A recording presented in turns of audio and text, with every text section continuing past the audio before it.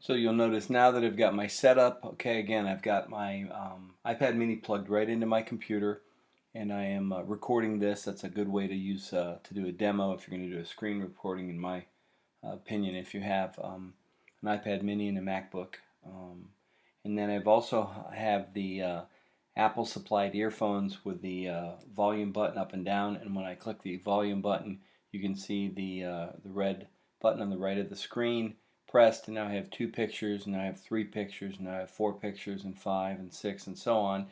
And you got to remember, when you're doing stop motion animation, your frame rate, typically a good quality frame rate, somewhere in the neighborhood of 24 frames per second. I know some people do a bit more.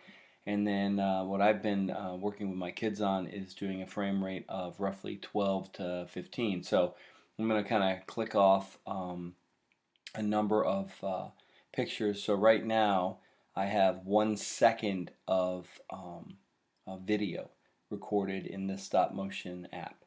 Okay, so what I'm going to show you now is the tool that I use to adjust the characters. It is just nothing more than a hook, and this is a hook that I think it's something that an automotive mechanic might use. I've seen them at Advance Auto and at Walmart and things, and basically what I do is I'll get in here with a hook, and without having to move the guy off too much, is I can kind of tweak his arm a little bit and try not to pull him too much. That's a bit too much of a move.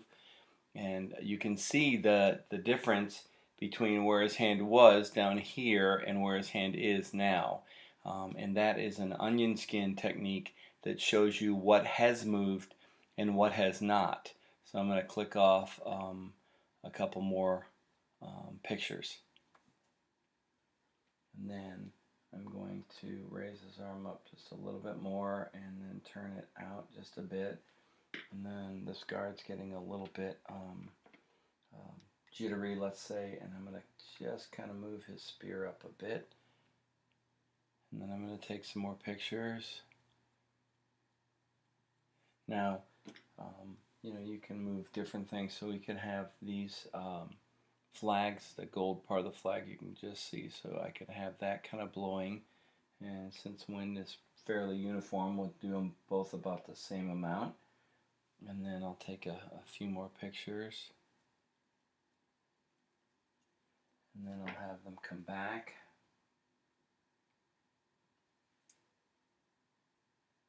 And the key is making sure your table is nice and solid, and that your figures don't have to move a whole lot where they are. And I'm just kind of glimpsing back at my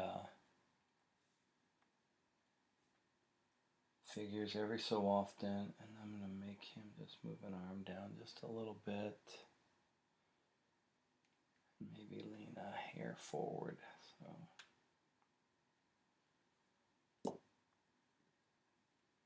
now I don't have to worry about sound in particular with this video because, or this stop motion, because I will add the sound in later.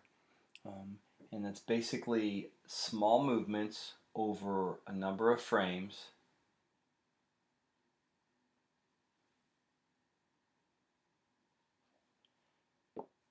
And that's what gives you the animation.